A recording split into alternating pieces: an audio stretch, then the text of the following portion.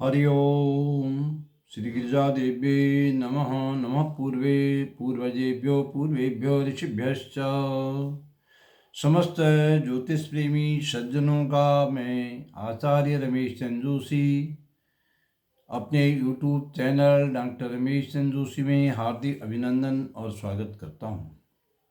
समस्त ज्योतिष प्रेमी सज्जनों को धन्वंतरि भगवान के अवतरण दिवस की हार्दिक शुभकामनाएं और धनतेरस की भी बहुत हार्दिक शुभकामनाएं।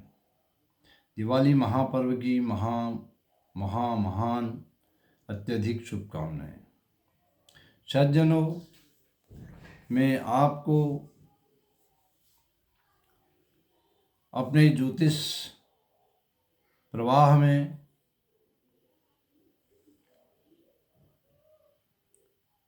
पंचांग रहस्य भाग 5 तक विगत वीडियो में समझा चुका हूँ।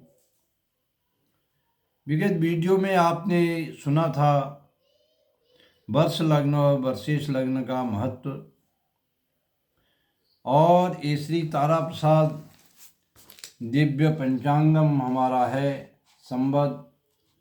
आगामी संवत 2081 का इसकी पृष्ठ संख्या 18 पर हमने बहुत ही नवीन विषय दिया हुआ है।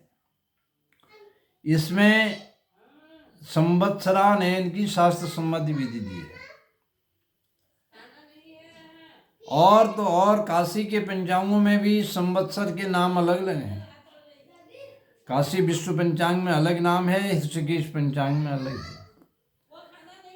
और इसका कारण यह है, उनके द्वारा जो गणित की संवत्सरानयन की विधियां हैं अलग अलग ग्रंथों के करण ग्रंथों के आधार पर ली गई हैं। दृश्य पंचांग वाले अलग करते हैं, सूर्य सिद्धांती अलग करते हैं, मकरंदी अलग विधि से करते हैं गणना। लेकिन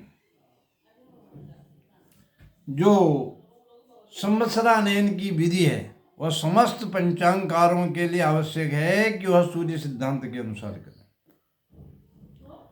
सूर्य सिद्धांत में स्पष्ट रूप से अध्याय 1:31 श्लोक में कहा गया है, द्वादशाग्ना गुरोर्याता भगणा वर्तमान के राशिभि सहिता शुद्धा षष्ठाश्चर्य विजयादयः। इसका हमने बहुत ही सरल हिंदी अनुवाद आगामी जो हमारा संवत्सर का पंचांग 81-2000 संवत का प्रकाशित हो गया, उसके पृष्ठ संख्या 18 पर दिया है।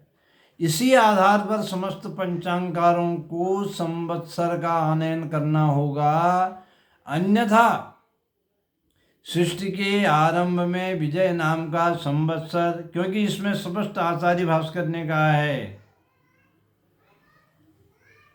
क्योंकि विजयादय आदि में विजय नाम का संवत्सर ही था, और प्रत्येक युग के आरंभ में भी विजय नाम का ही संवत्सर होगा।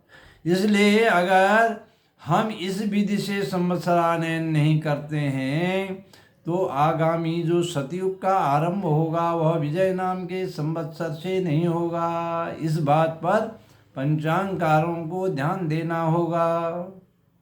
इसलिए हमने संवत्सर के आनयन की, संवत्सर का निकालने की और मध्यम मेष के सूर्य के समय उसके भुक्त भोग्य मास आदि निकालने की सरल विधि अपने पंचांग के ही पृष्ठ संख्या 18 पर दे दी है, जो कि कूर्मांचल ज्योतिष जगत के आंगन में ये भी हमारा एक अभिनव प्रयास है। जो हमारे शुद्ध गणित के जिज्ञासु विद्यार्थी हैं वे इसका लाभ उठा सकते हैं, और जो बड़े बड़े ज्योतिष तथाकथित ज्योतिषाचार्य हैं उनके लिए ये नहीं है। जो ज्योतिष का विद्वान अपने को समझते हैं और समझते भी हैं, तो ये उनके लिए नहीं है। ये केवल हम जैसे ज्योतिष के छोटे जिज्ञासु विद्यार्थियों के लिए है। उसके पश्चात हमने पृष्ठ संख्या 18 पर अपने श्री तारा प्रसाद दिव्य पंचांग का जो हमारा पृष्ठ संख्या 18 है इस पर दिया है। सिद्धांत की नींव पर ही खड़ा है फलित ज्योतिष का महल। इसमें विस्तार से बताया गया है कि सिद्धांत ज्योतिष को जाने बिना कोई अगर ज्योतिषाचार्य, वैसे अधिकांश 80% ज्योतिषाचार्य आजकल ऐसे ही हैं जो सिद्धांत ज्योतिष को नहीं जानते हैं, और वह सिद्धांत ज्योतिष को बिना जाने हुए ही फलित ज्योतिष का काम करते हैं, लोगों का फलादेश करते हैं, तो वह संभव नहीं है, वह फलादेश अच्छा नहीं कर पाएंगे। क्योंकि जो फलित ज्योतिष का महल है, जो फलित ज्योतिष का पूरा हजारों करोड़ों ग्रंथ फलित ज्योतिष पर है, उनका मूल जो है वह सिद्धांत ज्योतिष है, उनकी जड़ सिद्धांत ज्योतिष है। अगर मूल मजबूत नहीं होगा, मूल सुदृढ़ नहीं होगा, तो वह महल भी जो है नहीं रुक पाएगा। इसलिए समस्त फलादेश के लिए सिद्धांत ज्योतिष का ज्ञान होना आवश्यक है। इससे आगे ये पृष्ठ संख्या 19 में हमारे श्री तारा प्रसाद दिव्य पंचांग पृष्ठ संख्या 19, इसमें पृष्ठ संख्या 19 में हमने दिया है सर्वार्थ सिद्धि आदि योग संवत 2081 साके 1946 सन 2024-25। ये सर्वार्थ सिद्धि योग, अमृत सिद्धि योग, रवि पुष्यामृत योग, गुरु पुष्यामृत योग, द्विपुष्कर योग, त्रिपुष्कर योग और शिववास चक्र इस पृष्ठ में हमने दिया हुआ है। ये सर्वार्थ सिद्धि योग भारतीय स्टैंडर्ड टाइम में होने के कारण समस्त भारतवर्ष के लिए एक समान जो है, एक समान रूप से कार्य करते हैं। जो हमने जिस तारीख को दिया है, जैसे हमने दिया है अमृत सिद्धि योग का समय इसमें 19 मई को अमृत सिद्धि योग है और बहुत पुण्यदायक होता है, सब कार्यों को सिद्ध करने वाला है। ये प्रातःकाल 5:23 से होगा 19 मई को प्रारंभ और समाप्त होगा उस दिन 27:16 तक। 27:16 तक मतलब रात्रि शेष 3:16 तक। उसमें आप 24 घटा देंगे, जहाँ 24 से अधिक की संख्या लिखी होगी, और 24 को हमने रात्रि के 12 बजे को 24 करके अंकित किया है, ये हम पहले ही समझा चुके हैं। इसके लिए हमारा आपको पंचांग परिचय और घोषणाएं जो पेज नंबर 15 पर दिया गया है उसे अवश्य पढ़ना चाहिए। और शिववास चक्र भी हमने इसमें दिया है। इसमें शुक्ल पक्ष और कृष्ण पक्ष की तिथियों में शिववास कहाँ होता है, उसका फल क्या होता है, ये सब हमने इसमें दिया है। उसके पश्चात हम आते हैं अपने पंचांग के श्री तारा प्रसाद दिव्य पंचांग के पृष्ठ संख्या 20 पर।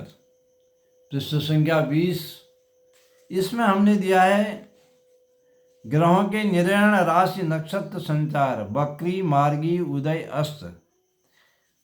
ये विवरण है संवत 2081 का। प्रत्येक वर्ष देते हैं विगत 10 वर्षों से, प्रथम वर्ष के प्रकाशन से ही अब तक। ये सब जो शुरुआत है कुर्मांचल ज्योतिष जगत में केवल हमने की है। अब तो जो यहाँ के परंपरागत पंचांगकार हैं उनको भी इस विधि का अनुसरण करना पड़ रहा है, क्योंकि ये हमारे पाठकों का प्रेम है, ये हमारे ज्योतिष के जिज्ञासु जनों का प्रेम है, क्योंकि उन्होंने इस विधि को जो है बहुत ही समर्थन दिया है अपना।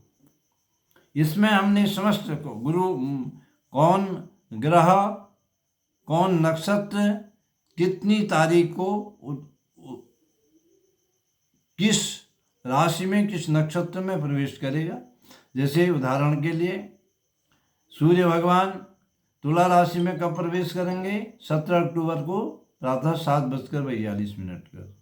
इसी प्रकार सूर्य भगवान मघा नक्षत्र में कब प्रवेश करेंगे, 16 अगस्त 2024 को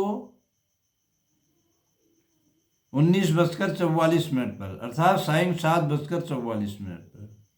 इस प्रकार हमने नक्षत्रों का सबके सब ग्रहों के नक्षत्र दिए हैं, राशि संचार दिए हैं, बकरी मार्गी दिए हैं। जैसे मंगल भौमदेव कब मार्गी होंगे, कब बकरी होंगे, उदाहरण देता हूँ। 7 दिसंबर को 2024 को बकरी हो जाएंगे 5:03 पर प्रातःकाल। इस प्रकार शनिदेव 30 जून 2024 को बकरी होंगे 00:36। यहाँ हमने रात्रि के 12 बजे को 0 लिखा है, 0 लिखा है, 00:36 लिखा है। तो यहाँ पर हमने 24-25 ऐसे अंक अंकित नहीं किए हैं, जिसका हमने इसमें लिखा है कि दैवज्ञ धन ध्यान दें, ग्रहों की राशि नक्षत्र संचार बकरी मार्गी उदय अस्त की इस तालिका में सर्वत्र जो है रात्रि 12 बजे को 00 दिखाया गया है। यहाँ पर तारीख पाश्चात्य मतानुसार रात्रि 12 बजे से परिवर्तित हो गई है, क्योंकि जो ये हमारे ग्रहों के निर्णय राशि नक्षत्र बकरी मार्गी उदय अस्त का विवरण है, ये भारतवर्ष के लिए ही नहीं, ये सारे विश्व के लिए है। और अगर इस समय में आप 5 घंटा 30 मिनट घटा देंगे तो ये समस्त विश्व के लिए हो जाएगा। और इसी प्रकार हमने ग्रहों के उदय अस्त, शुक्र का उदय, शुक्र का अस्त कब होगा, शुक्र गुरु के उदय अस्त को विशेष करके दैवज्ञ जन हमारे देखते हैं, पुरोहित जन देखते हैं। तो जैसे इस वर्ष 2024 में संवत 2081 में शुक्रास्त हो रहे हैं, उन शुक्र अस्त ग्रह हो रहे हैं, शुक्र ग्रह अस्त हो रहे हैं 29 अप्रैल को पूर्व दिशा में अस्त होंगे, और ये रात्रि के 23:13 पर अस्त होंगे, अर्थात रात्रि को 11:13 पर अस्त होंगे। 28 जून को पश्चिम दिशा में उदय होंगे 17:05 पर, अर्थात सायं 5:04 पर ये उदय होंगे। इस प्रकार सब ग्रहों का हमने यहाँ दिया है। उसके बाद बहुत ही महत्वपूर्ण हमने इसमें तालिका दी है और देते आ रहे हैं विगत कई वर्षों से, जब से हमने पंचांग निकाला है तब से ही। ये क्या है, इसमें अर्ध शताब्दी अयनांश सारणी दे रखी है। ये 1980 से 2030 तक के समस्त वर्षों की प्रत्येक 1 जनवरी का सूक्ष्म अयनांश हमने निकाल करके यहाँ दे दिया है। ये अभूतपूर्व कदम हमारा था, क्योंकि पूर्वांचल के परंपरागत पंचांगों में पंचांगकारों को तो अयनांश का हम समझते हैं कि ज्ञान ही नहीं था, क्योंकि उन्होंने कभी कहीं भी अपने पंचांगों में अयनांश का उल्लेख नहीं किया है और अभी भी नहीं कर रहे हैं। और बिना अयनांश के तो कुछ काम होता ही नहीं है गणित का। और इसमें हमने प्रत्येक दिन का, आप 1 जनवरी का हमने दे दिया, आप जनवरी फरवरी मार्च अप्रैल से लेकर दिसंबर तक के किसी भी तारीख का कैसे अयनांश निकालें, इसमें अयनांश की दिन गति सारणी भी हमने दे दी है। और इसके पश्चात हम बहुत महत्वपूर्ण प्रकरण में आपको ले जाएंगे कल को आने वाली वीडियो में। वह होगा दैनिक ग्रह स्पष्ट और रवि क्रांति और वेलांतर। इन सब पर हम प्रकाश डालेंगे, बहुत विस्तार से प्रकाश डालेंगे।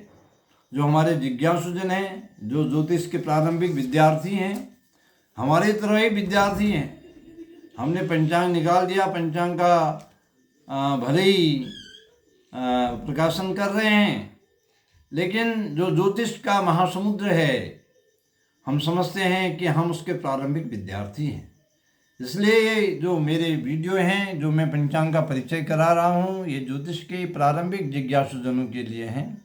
आप लोगों को दीपावली महापर्व की हार्दिक शुभकामनाओं के साथ और आपकी मंगल कामना के साथ मैं अपनी वाणी को यहीं पर विराम देता हूँ। सर्वे भवन्तु सुखिनः, सर्वे सन्तु निरामयाः, सर्वे भद्राणि पश्यन्तु मा कश्चित् दुर्भाग् भवेत्। ओम शांति शांति शांति। बोलो गिरिजा माता की जय।